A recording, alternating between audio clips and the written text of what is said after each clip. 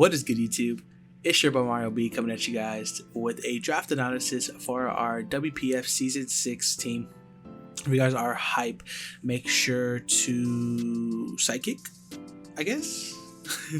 Make sure to Brave Bird. Make sure to Thunderfang. Make sure to Leech Seed that thumbs up button down below, guys. And if you guys are new, make sure to subscribe. Got a lot of Pokemon content on the channel right now, and if you guys love Pokemon, this is the spot for you guys to be right here with me, with your boy. But yeah, guys, got a draft analysis coming at you guys. A little bit informal draft analysis. If you guys don't know what the WPF is, it's actually a showdown based league.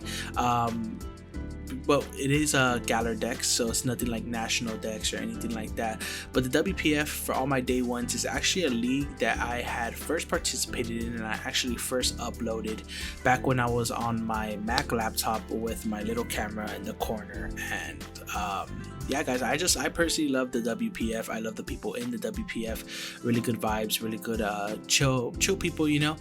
So I decided to come back and play in the season and try to take the title, because you know what, WPF season 3 or 4, I can't remember, your boy was stripped in the quarterfinals. Maybe I'll link that game down below if you guys want to check it out. It was the most hacked out battle ever. I had a rest sleep talk Snorlax that was like paralyzed and stuff like that. I'll leave it down below. It's not gonna look as good as my quality of videos is now, but it'll definitely be fun to look back at and you know, check out that video, because that, oh my god, that battle had so many hacks, bro. Too many hacks. I get mad thinking about it now. That's actually my most hacked out game, so that'll be down in the description below. But anyways, guys, like I'm saying, draft analysis, super hype. Big shout out to Panda and Showen for letting me come back to the league. We are going to be in Magikarp League, which I think might have, there's 2 leagues. It's Gyarados League and then Magikarp League. And I think Magikarp League might be some of the lower tier players, if I'm not mistaken. I'm not sure how it works. I think that's how they separate it. Or if you're new to the league itself, they put you in Magikarp League. So no hate, we're going to be trying to take the Magikarp League this season for sure. And we're actually under a new name, guys. It's actually going to be the ROLLE Street Raichus. And the logo that you guys will probably see in the thumbnail is one that I actually made myself. So it might not look as cool as my Happy Valley Hariyama one, but I wanted to rebrand just for the Showdown League. So we're rocking the ROLLE Street Raichus.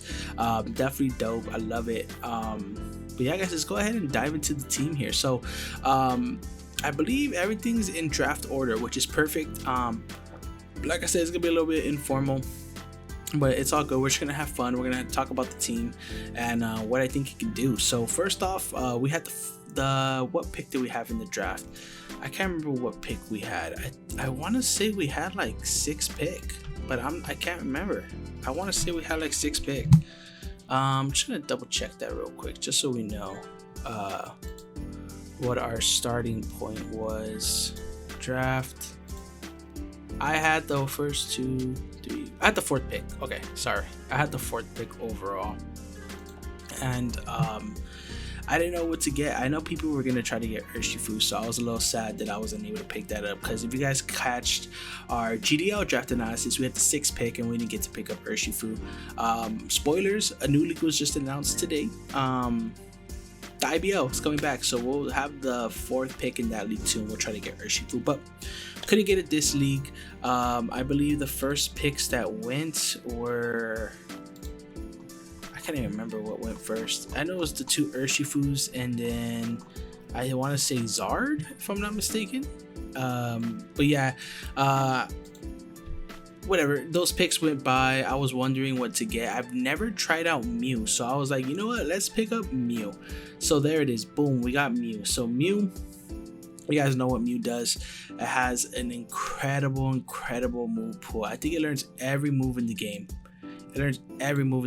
So you know, we have a Toxic Spiker, we have a Defogger. Sorry guys if the screen keeps going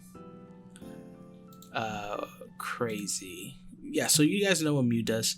You know, it learns every move in the game. It gets moves like Toxic Spike, it gets Defog, it gets Nasty Plot, it gets Psychic, it gets Aura Sphere. If I'm not mistaken, this generation it did get access to Dragon Dance as well. It gets Body Press, it gets Bug Buzz, it gets Bulk Up. I don't even need to continue this list. This thing is incredible. It goes ham. And what I really like about it is it gives me that solid fill-in for whatever I can't satisfy with my draft. Let's say I'm missing a setup sweeper, boom, I got Nasty Plot Mew, I got Bulk Up Mew, Dragon Dance Mew. Let's say I'm lacking a Defogger. Even though I don't want to force Mew into that defogging role, every week, it definitely can satisfy it, especially if it's a bulky Psychic. If my opponent does not have a Dark type, this thing can be Mono Psychic, and you really don't want this thing to be Mono Psychic with as much. It gets Roost, it gets Soft Boiled, it gets Calm Mind, it gets Nasty Plot, it gets Iron Defense. So this thing can just set up and be a huge wall. Synchronize is really nice because if something T-Waves us, it gets T-Wave back, Toxic, etc. burned. That's the first pick right there. It's Mew, and I'm very, very excited. So the way I try to draft around Mew was to try to act like it just wasn't there. So I just try to act like it wasn't there so that whatever I do end up lacking, I can definitely make up for it later on in the draft. And my next theory was, what is Mew weak to, right? Because I always like building kind of balanced teams. So I'm thinking, what is Mew weak to? And Mew is weak to like Dark, Bug type, and I think that might be the only typings it is. And Dark and Bug. So I ended up picking up G-Max Grimmsnarl next. Oops. I gotta check if that did actually. Okay. Sorry guys for the unprofessional type like draft analysis. My light fell down. It'd be sticking, and then like I say, Grimmsnarl gives us that Dark type resist. I want to say it does resist because it is Fairy type, so I like that a lot. It also gives us a lot of offensive force.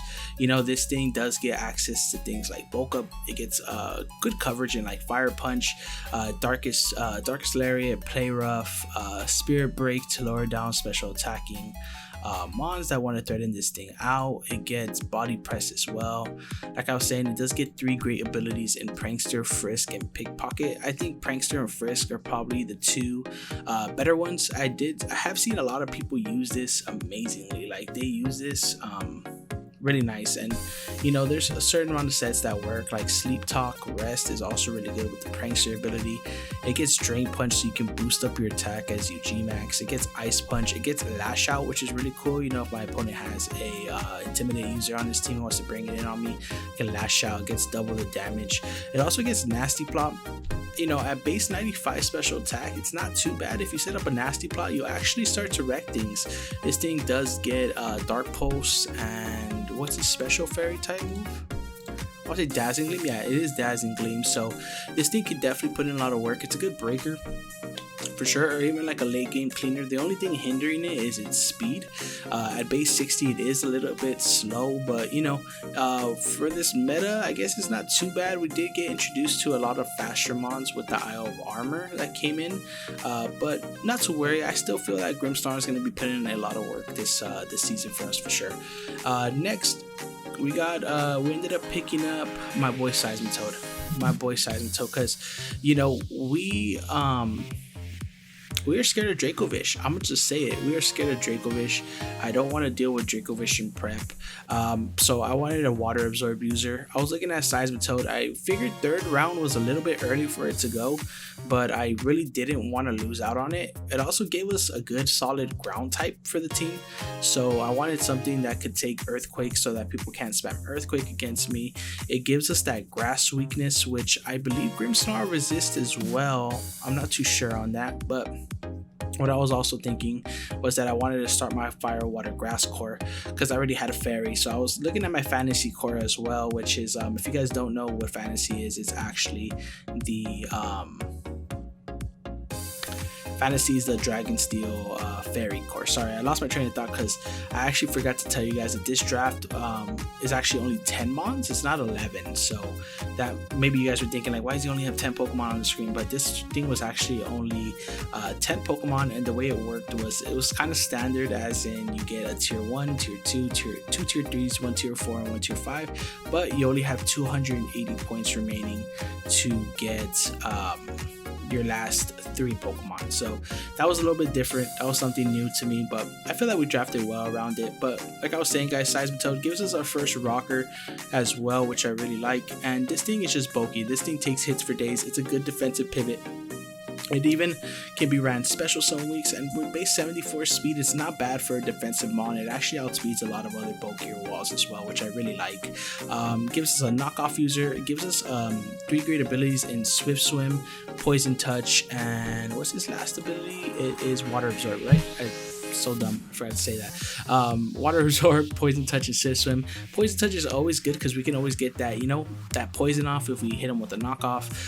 This thing is so bulky. This thing's gonna be super good for a team, and I really like it. Next, we got Kobalian. Kobalian right here is actually, I've never drafted Kobalian ever, even in Gen 7. This is my first time. I'm pretty excited. It gives us a justified user, so this thing can always be a knockoff switch in.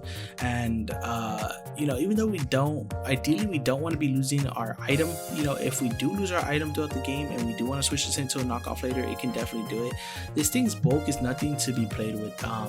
People always forget how bulky this thing is with the base 91 HP stat and 129 defense stat. It's pretty bulky on the physically defensive side, so we can definitely do that. If you guys know me, I love bulky offense. So, you know, drafting something that can take a hit and then deal something back harder is something that's my favorite. This does give us another Stealth Rock option, and this does give us a another physical or a special attacker. You know, we have Mew and special attacker or physical attacker. Grimmsnarl is mostly physical, but it can be special too. And Kobalian is the same thing. It can be ran special. You know, you do run the risk of running like Flash Cannon and it like missing. Not Flash Cannon, Focus Blast and it missing. You know, so that kind of sucks sometimes. But people forget that a calm mindset can definitely put in work too. You know, even myself. Sometimes I forget that special Kobalian is a thing. But this thing is just going to be good for the team. It rounds out our,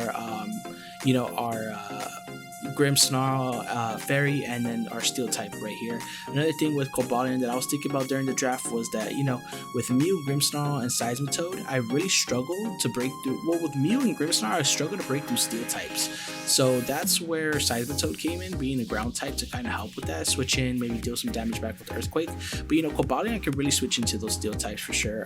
Being able to dual, I believe it dual resist them if I'm not mistaken.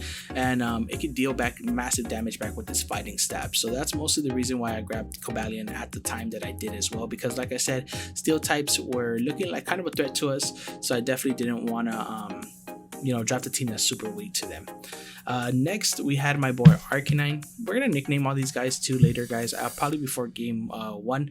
But Arcanine comes out right here with the Intimidate ability. I love Arcanine. I used it in one season of, what was that league that I was in? I can't remember what the league was called, but Arcanine is super thick. It has a base 90 HP attack, base 90. I'm so sorry, guys. You know, words are hard today. I don't know. Every day for me. Every day.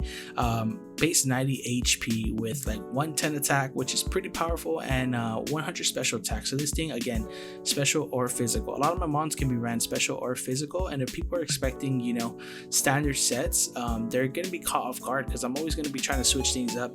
This thing does give us a base 95 speed stat. So we have base 100 with the Mew, then we're gonna have base 108 with Kobalian, then we have 95 with Arcanine, which is great. Honestly, it's super great. I really like having diverse speed tiers because if your team's too slow, then it's having those different speed tiers forces your opponent to run max speed, so they can't run as much bulk as they like, or they have to make sure to prep for this because you never know if they'll bring it or not. So I really like having those speed stats kind of settling in right there, along with having Arcanine just being a nice defensive pivot. It gives us a Will-O-Wisp user. It gives us he has reliable recovery in Morning Sun. This thing gets access to hit water types with Wall Charge. The only thing is hidden power, not in this generation anymore, so we can't hit like things like you know, Seismitoad, but we have Seismitoad, so we don't have to worry about that. Big thing about this Mon too, guys, is in Let's Go Pikachu and Eevee, it actually got access to teleport, which gives this thing an incredible leverage over a lot of other Mons. Being able to switch in, get off that Intimidate, take the hit probably fine, and teleport out with negative priority. So that is just something that the team is incredibly thankful for, because we don't have to worry too much about you know, Mons, physical type Mons, especially like physical fire types. We don't have to worry too much about them. We'll get that Intimidate off on them, and then we can teleport out and get something good in. It also got access to Scorching Sands this generation, which could be a little bit interesting, you know, if we do want to go ahead and do something like that. We could definitely do it. It gets you know, priority and extreme speed as well, and this thing can be ran defensive, this thing can be run offensive. You know, this thing has a lot of options, so I'm really happy to have picked it up. So at this point in time, I'm looking at the team and I'm thinking we are a little bit weak to fairy types. You know, Grimmsnarl doesn't hit the fairy types and it's weak to them. You know, Kobalian does hit fairy types, but mostly, like, I don't want to say Kobalian can switch into those fairy type moves and then deal out a bigger hit, because it's going to eat them alright. It's not going to eat them the best. So I definitely wanted something to hit the fairy type. So that's where Venusaur came into play. Being able to be a bulky pivot for me with base 80 HP and then 100 SPDF, it can switch into those fairy type attacks, you know, deal out super effective damage back with the Sludge Bomb or Sludge Wave, whatever it wants to go for. This thing does also get access to Chlorophyll. So that's something I really like as well, because, you know, if G-Max Grimmsnarl wants to run Fire Punch to hit those steel types, we'll get the sun up, and then we can bring in Venusaur late game. We might even be able to sweep. So it all really depends, you know. We can always do cool strategies like that. Definitely. This thing does get Leech Seed as well, which could be good for prior damage. I don't think it got any new moves with the move tutor. It gets Knockoff, which is really good. It gives us another knockoff user. It gets Screens. It gets the Sleep Powder, which I really like. I play a lot of doubles, and Venusaur is stupid with the Sleep Powder. So maybe I'll run that 1 week. You know, we can put something to sleep. Sleep is such a good status condition, because it basically gets rid of that Pokemon for the battle. So if we could do that, it will definitely be good. And yeah, that's where Venusaur came into play, because, you know, we want that SPDF wall. So next, we didn't have a dragon type on the team, and I wanted to round out that since we just rounded out our fire water grass core with Venusaur, I wanted to go ahead and round out my fairy dragon steel core. And you know, Dredagon was actually one of the last dragons around. I really wanted Noivern just to have that base 120 speed, because I think our fastest member on the team at the moment is Kobalian at base 108. So I always like getting something like 115ish, 120. I also had my eye on Goodra, because Noivern got sniped, and then Goodra was on the table, and then Goodra got sniped. So and Goodra would have been great, because, you know, Goodra's SPDF stat is thick, so I wanted something that was going to be pretty bulky on the SPDF side as well. So unfortunately, I wasn't able to grab the Goodra, but we went ahead and actually grabbed Dredagon, which I don't mind at all. I love Dredagon. I actually did use it in a season as well. That same season I used Arcanine. This thing being able to have Stealth Rock is super great. This thing being able to be a great Rocky Helmet user is really great with the rough skin. A lot of people also sleep on the fact that Dredagon is very offensive. It does get the ability to Sheer Force as well, and it gets a lot of moves that have that secondary effect, which boost it because of Sheer Force. So this thing, you know, if you use it right, you know, moves like Crunch could be used by that. Dragon Claw, Fire Fang, gets good coverage, gets Glare as well. This thing being able to be a defensive pivot switch in, get that Glare off on something that you really need to be slowed down, so that my base 100 mons can take advantage of it. It's really, really beneficial for the team. You know, this thing, they get access to Lash Out, gets good coverage, and Gunk Shot. It does have pretty good bulk with base 77 HP, base 90 SPDF, and base 90 defense. It's not the best, I'm not gonna lie, but it's definitely, he could definitely take a couple hits is what I'm trying to say. Like I said, it gives us another Stealth Rocker. It does have Sucker Punch, and I'm just really excited. This thing is going to be a you know, good defensive pivot for us. We do have a lot in Seismitoad, Arcanine, but this thing can definitely get that residual chip damage that we would like to get off on other mons. So right now, I am looking at the team and I'm realizing did I just draft a team with no defog? Like, I really did. Like, I think the team was solid to this point until I realized, you know what, yo, Mario, you forgot to get defog. And I, big old dunce over here. You know, so what I ended up doing is, who's on the table still? I wanted another defogger, but it ended up getting sniped. Oh, I wanted Mandibuzz.